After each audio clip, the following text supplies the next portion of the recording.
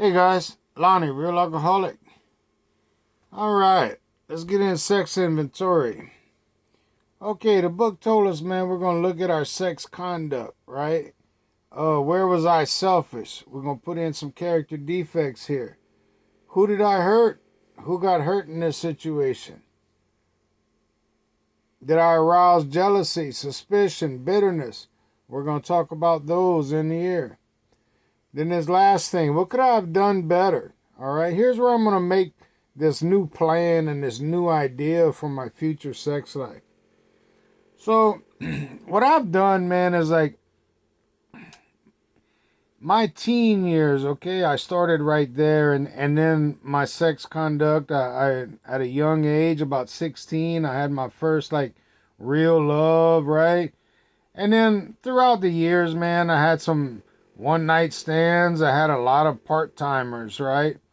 And so I kind of, when I did my inventory and what I do with people, is all our one night stands, all our part timers, man. I just lump all those up into one, and we can look at our character defects that way, and we can get an overall view of how we were selfish in those circumstances. Okay, I am not going to sit here and go through 80 names of different sexual partners that people had and discuss each one of those. I think we're going to get the idea here shortly. Okay, and then I'll go through some most important ones, right? Like my first marriage. That was a real important one. The second marriage. The third marriage, okay? The longtime girlfriend, the longtime boyfriend of years, right? Or even months. Those we really wanted to be committed to, right? These relationships that weren't just a part time, weren't just the one night stands. We actually spent some time and had some type of commitment with this person. We're gonna list those, okay? And then I got this last part here, some hopeful life partners, right? We might not have been committed. It might not have lasted very long, but man, I really liked that person. I was really hoping this was going to be the one, you know? Okay, so let's take a look at this just to get the process, guys. I mean, remember, when we do this inventory our first time, we want to understand this process. We want to get rid of some of the, the, the grosser handicaps, the bigger chunks of truth about ourselves. We want to take a look at these because we got the rest of our lives. We're going to practice these inventories. That's what our step in 11 is to practice these principles in all our affairs. So we'll practice these inventories and we'll get better at them and we'll be able to better show people how to do them. Okay, so first, in my teen years, man, okay, I was prideful. Of course I was prideful. It was all pride. Well, a lot of it was pride because it was man, to lose my virginity or to take another person's virginity, you almost had to fit in, man, to be in with the in crowd. So yeah, there was some pride going on there. The envy to be like so and so, or to get a girl like so and so had, one that was just as intelligent, one that was just as cute, one that was just as outgoing. There was this envy going on there. And the next character defect I put down was sloth, okay? Now, my laziness in my education towards sex, I talked about this the last clip, man. I never took the time to try to understand sexual behavior, sexual education. What's the implications? What happens psychologically? What happens spiritually whenever we embrace in that form, in that manner? It just never crossed my mind. It really never did. I was just I was just winging it, just like everybody else. So my lack of education, man, was a defect in my teen years. Of course, I had the lust, and I was vulgar. I was careless. There was no protection, man. Um, Jealous? Yeah, I was jealous every time I had a girlfriend. That was my property, that was mine, don't touch. And it was beyond the normal protection jealousy, right? This was a jealous that was just downright. Um, if I lost her, I lost a part of me. And that was sickening, man. Self justifying, okay? Oh, well, everybody's doing it. That's a self justifying comment. Now, on the side here on each one, I got impatience, and we're going to see that my impatience is the fact that I could not contain, I could not wait, okay, to get to know a person before we committed this act. Um, my impatience was I was always rushing to perform this sexual act so that I could be gratified. I didn't want to date. I didn't want to take my time to get to know somebody. I really didn't. It was just all immediate gratification. the fear, the fear came in. Um, this whole sex was a conquering issue. Was that if I had the right kind of sex and I performed well enough, then my fear of you leaving me would dissipate. Right? I had this fear that if I didn't perform well, that I would lose this person. And of course, that fear was there because if all we were doing was getting together and satisfying our basic lust, well, then yeah. I mean, what's to say? What's to say that the next person that comes along isn't going to do that for the other person? So there was a lot of fear going on in these sexual acts. Self-seeking. How was I self-seeking? I'm going to tell you, ever since my teen years, self-seeking is going to be in all of these. Big one, big one, big one, okay? My self-seeking, the biggest part was I needed this other person to be complete. If this person loved me, then I was complete. And that was the self-seeking. The self-seeking was about completing me. I never was a well-rounded person to where I could add to another person's life, to where I could be a real help to another person. It was just all about completing me, what they did for me. And that started in my teen years when I look back on it. And so it was pretty much the same thing with my first love. We had pretty much some same character defects going on. My one night stands, man, that was just all lust, right? It was just straight out lust, straight out pride.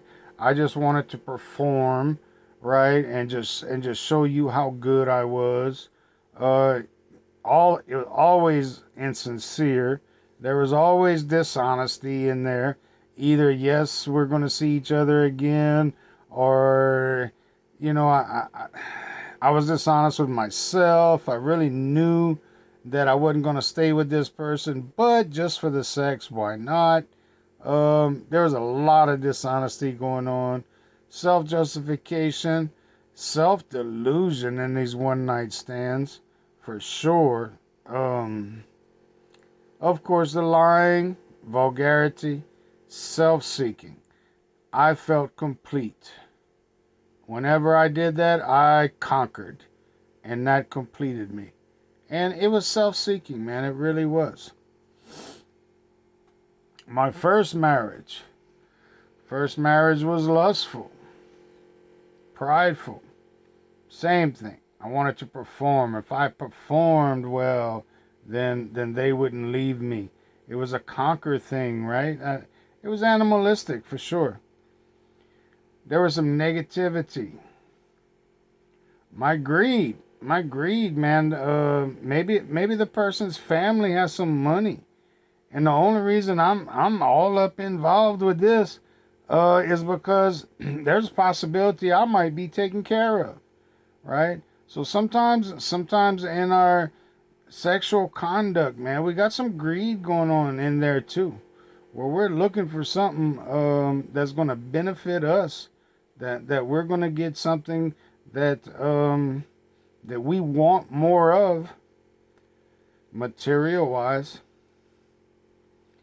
And self-seeking, man, same thing.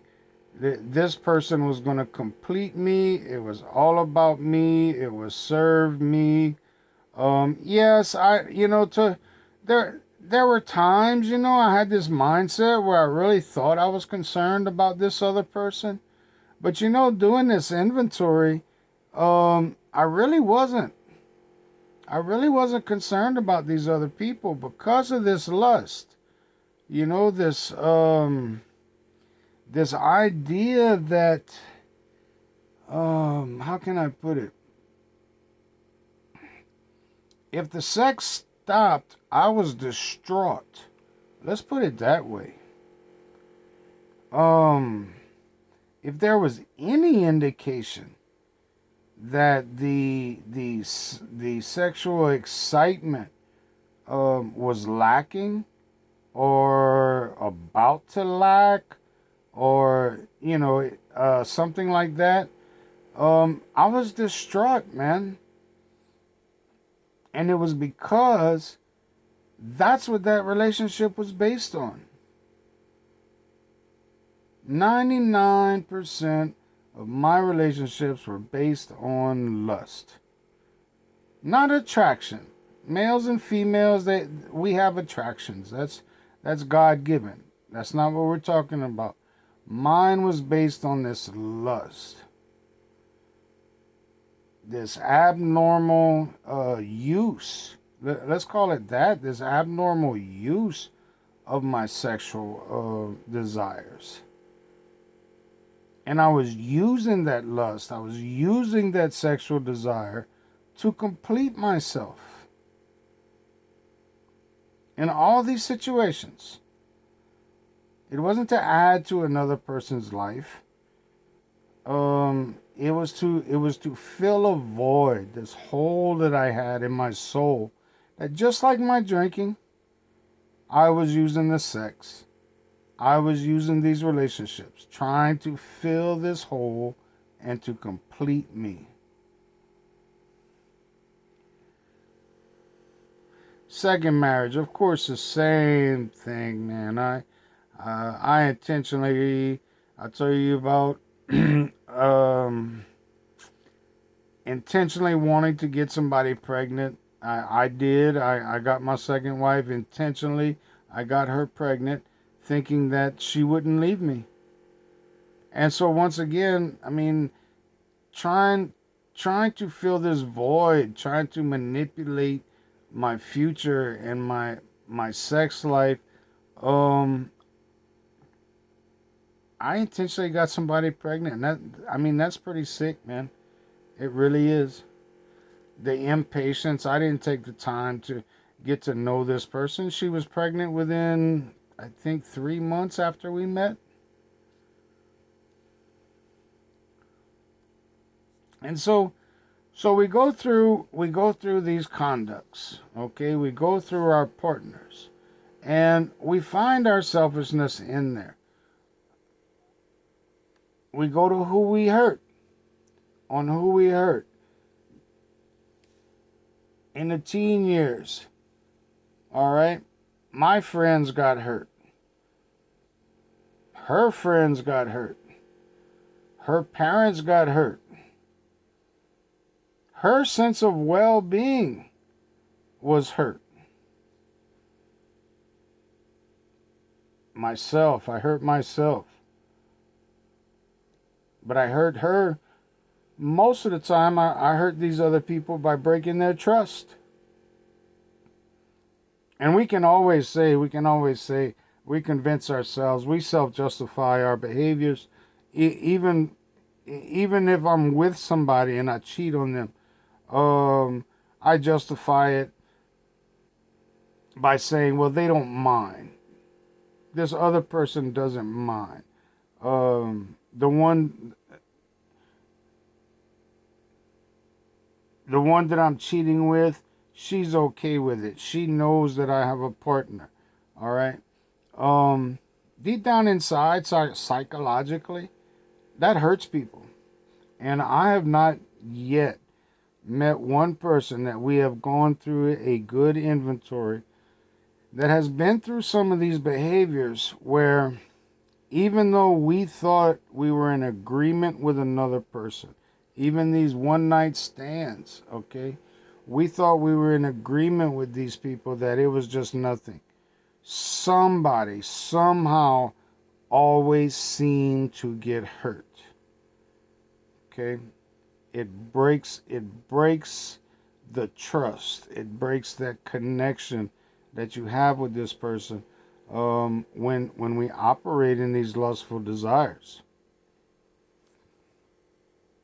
So in each one of these, man, I can see that um, in my first love, okay, she got hurt.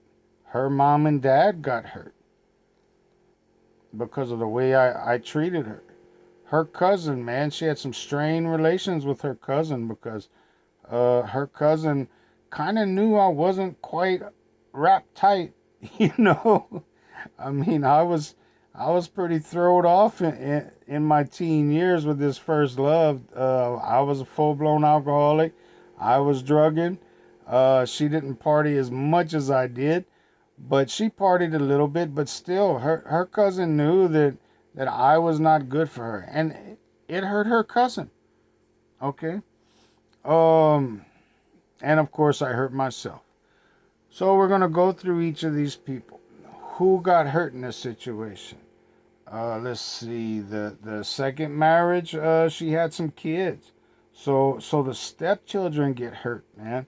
We get in these relationships, we get married. There's other children involved. Children get attached real quick, and this relationship doesn't work out.